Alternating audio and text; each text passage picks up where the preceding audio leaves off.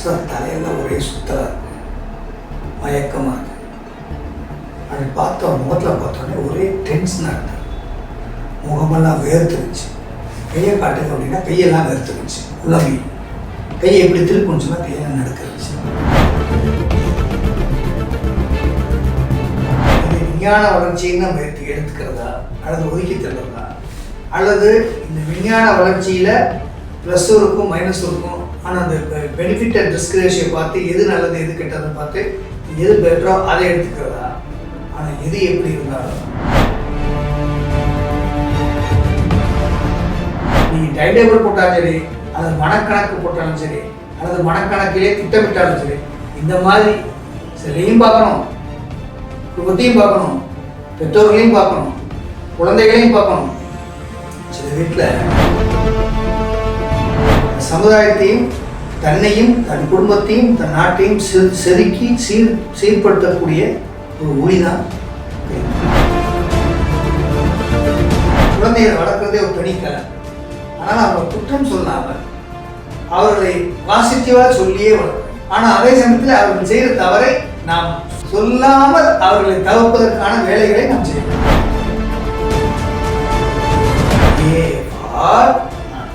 அப்படின்னு ஒரு ரைன் போட்டு தானே பேசுவாங்க. ஏ ஃபார் ஆப்பிள் அப்படின்னு சொல்றாங்களா? சொல்ல மாட்டாங்க. A for apple. இதெல்லாம் ஒரு டெக்னிக்.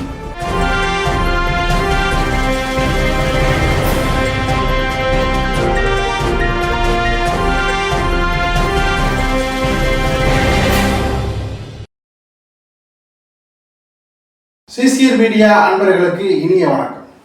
கைபேசி பெரும்பான்மையான விஷயங்களுக்கு துணை புரிந்தாலும் அந்த கைபேசி செல்போன்கள் ஏற்படுத்தி வருகிற பல்வேறு பாதிப்புகள் குறித்து, குறிப்பாக கல்வி பயில்கின்ற மாணவர்கள் அதில் மூழ்கி கிடக்கும் ஆபத்து குறித்தும் நம்முடைய விரிவாக கலந்துரையாட இருந்திருக்கிறார் சமூக ஆர்வலரும் மருத்துவரும் முன்னாள் சட்டப்பேரவை உறுப்பினருமான திரு ஸ்ரீதரன் அவர்.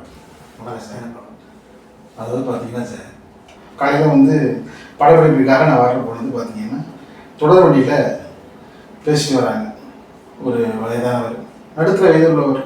இதுமாரி என் பசங்கள்லாம் படிக்க மாட்டாங்க, முழுக்க கைபேசியை மூழ்கி கிடக்குறாங்க, அவரோட ஆபத்து தெரியாமல் அதில் கிடக்குறாங்க அப்படின்னு சொல்லிட்டு ரொம்ப வேதனையோடு குறிப்பிடுகிறார்.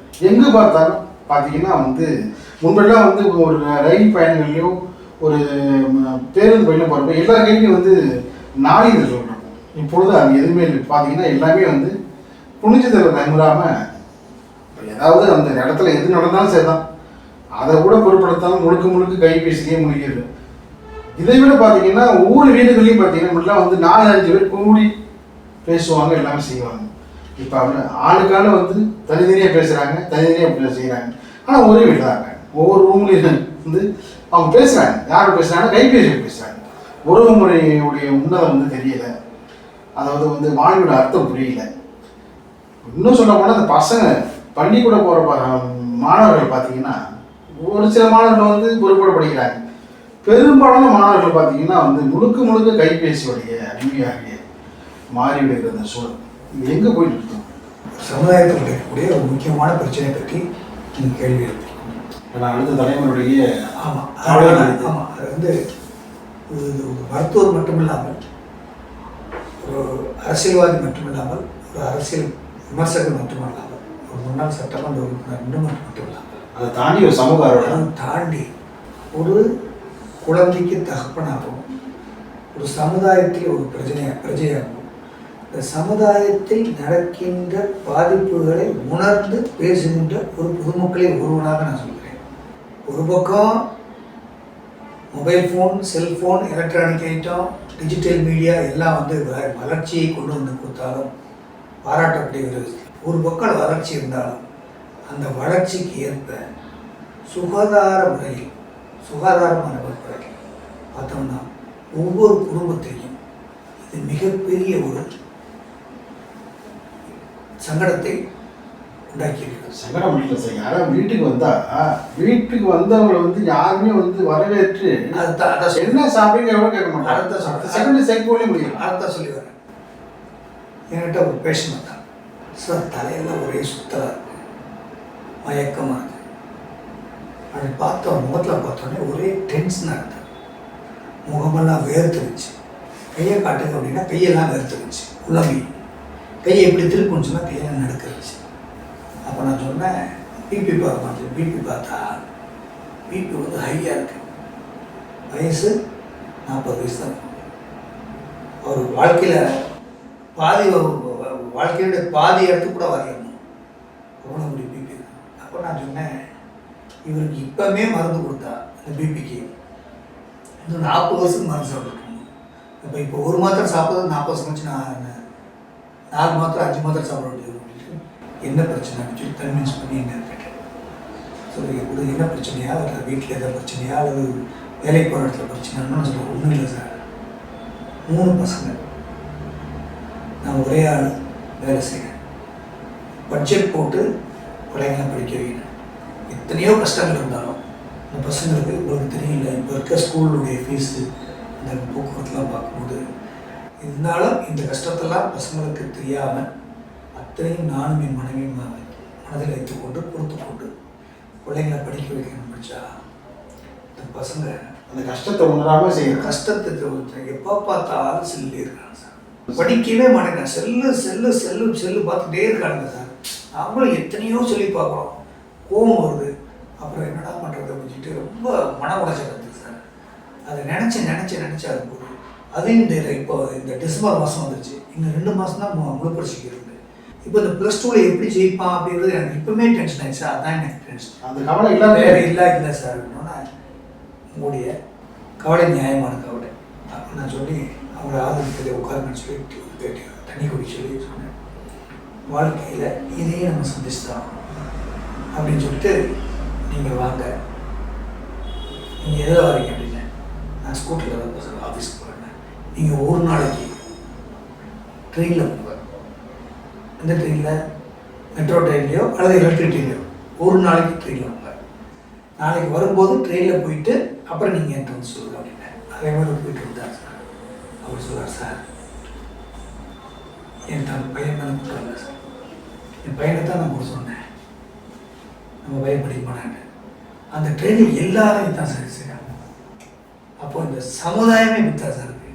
அதில் என் பையனை எப்படி சொல்லுவாங்க நான் மனசை தேர்த்திக்கிட்டேன். அதுக்காகத்தான் நான் ஒரு நாள் நீங்கள் ட்ரெயினில் போய் இதை பார்த்துட்டு வாங்கன்னு நான் சொன்னேன்.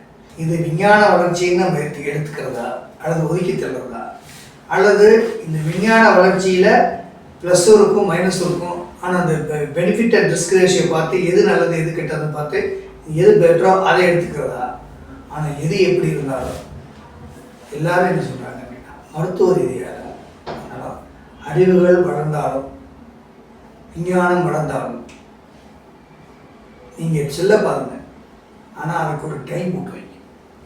இந்த டைமில் அந்த காலத்தில் நாங்களாம் சின்ன வயசில் இருக்கும்போது 5 to 7 விளையாட்டு கிரவுண்டு தான். காலை 9 மணிக்கு மாலை மட்டும் விளையாட்டு.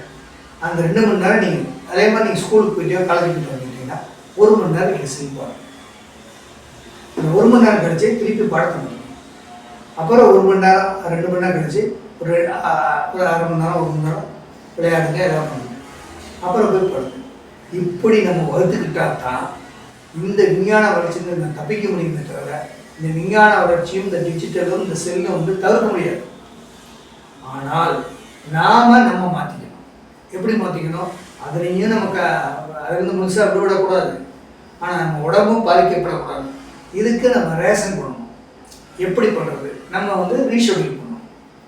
ரீஷெடியூல் பண்ணி மாணவர்கள் எல்லாம் நீங்கள் படிங்க, நீங்கள் செல் பாருங்கள், நீங்கள் ஒரு ஸ்னாப்ஸ் பாருங்கள், காமெடி பாருங்கள், அல்லது ஒரு மீம்ஸ் பாருங்கள், தப்பு இல்லை. அது உங்களுக்கு ஒரு ரிலாக்ஸ் பண்ணணும். அதே மாதிரி பெரியவங்களும் குடும்பஸ்தாரர்களும் வயசானவங்களும் பாருங்கள். ஒரு சில லேடிஸ்லாம் பார்த்தாங்கன்னா எப்போ பார்த்தாலும் அந்த கோயில் அந்த இதெல்லாம் போகிறது, ஒவ்வொரு கோயிலுக்காக போகிறது, ஒவ்வொரு கோயில்களை பார்க்குறது ரொம்ப மனசு. இது மருத்துவர்களையும் நம்ம பார்க்க சொல்லணும்.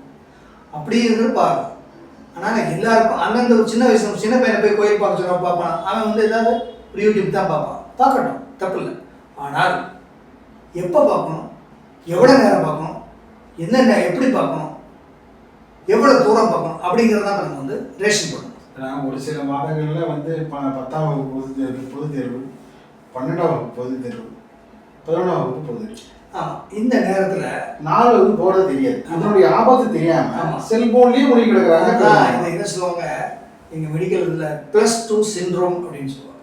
+2 சிண்ட்ரோம் அப்படின்னா 12 கிளாஸ் ஒரு பையன் வந்துட்டாரான்.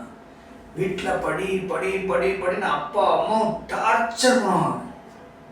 அது ஒன்று. அவனுக்கு ஐயோ சாமி அவன் படிக்க வைக்கிறாங்களா அவனுக்கு ஒரு டென்ஷன்.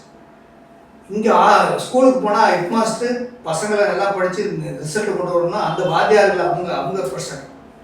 ஹெட் மாஸ்டருக்கு சிஇஓ ப்ரெஷர் அல்லது மேனேஜ்மெண்ட் ப்ரெஷர். பெற்றோர்களுக்கு பையன் படிக்கணுமே, வீட்டில் பக்கத்து வீட்டில் என் பையன் நல்லா படிக்கிறான்னு சொல்லி அந்த பிரச்சனை. நம்ம பையன் நம்ம அந்த அடுத்த பையன் மாதிரி படிக்கணுமென்ட்டு அவ ப்ரெஷர். இவ்வளவு இருக்கும்போது இதுதான் இது எல்லாம் மாணவர்கள் சேர்ந்து இதெல்லாம் கலெக்டாக சேர்ந்தால் +2 சிண்ட்ரோம்னு இது ஒரு நோய் அப்படின்னு. ஸோ இதை எப்படி குறைக்கணும் அப்படின்னா எல்லாருக்கும் அனைவரும் இது 5 நிமிஷம் யோசித்தோம்.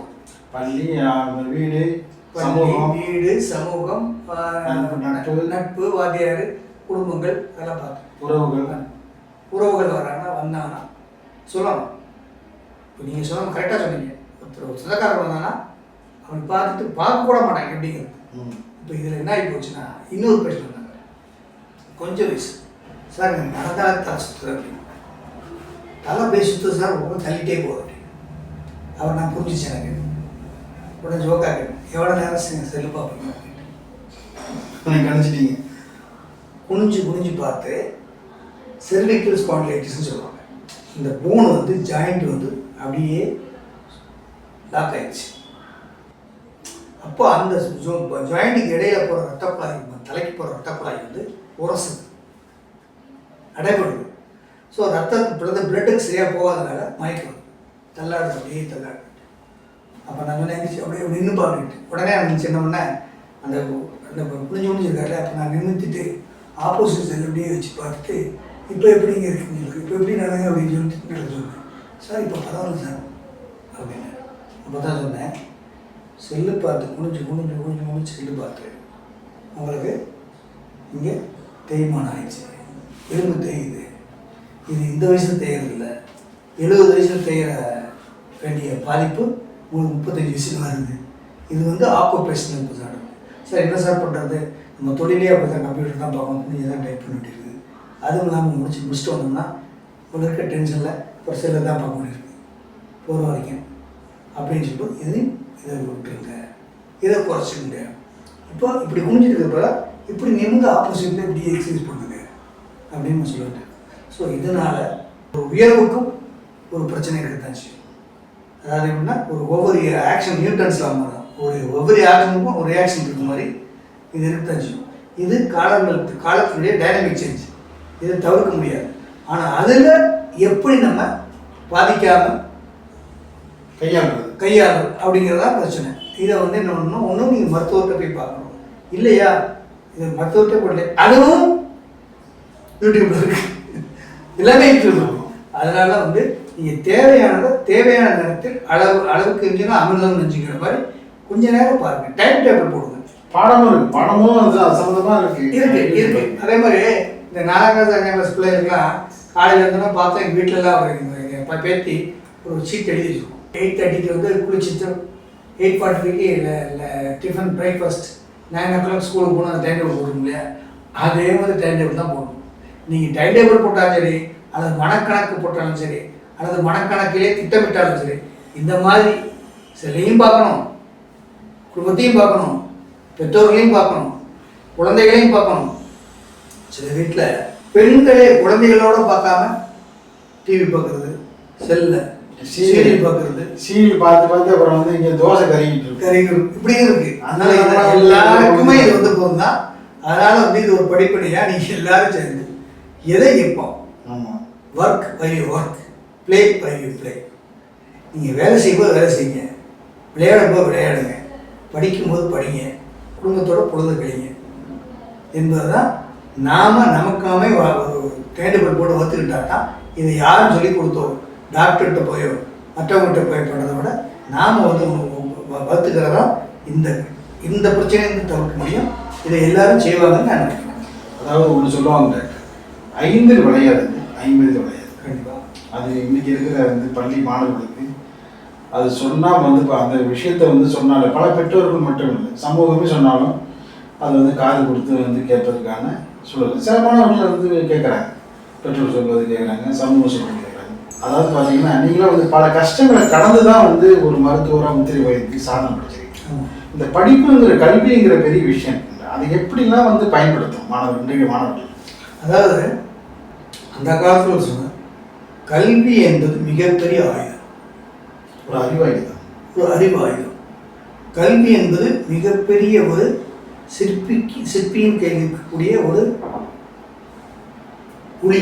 அந்த சமுதாயத்தையும் தன்னையும் தன் குடும்பத்தையும் தன் நாட்டையும் செதுக்கி சீர்படுத்தக்கூடிய ஒரு ஒளி தான் கல்வி.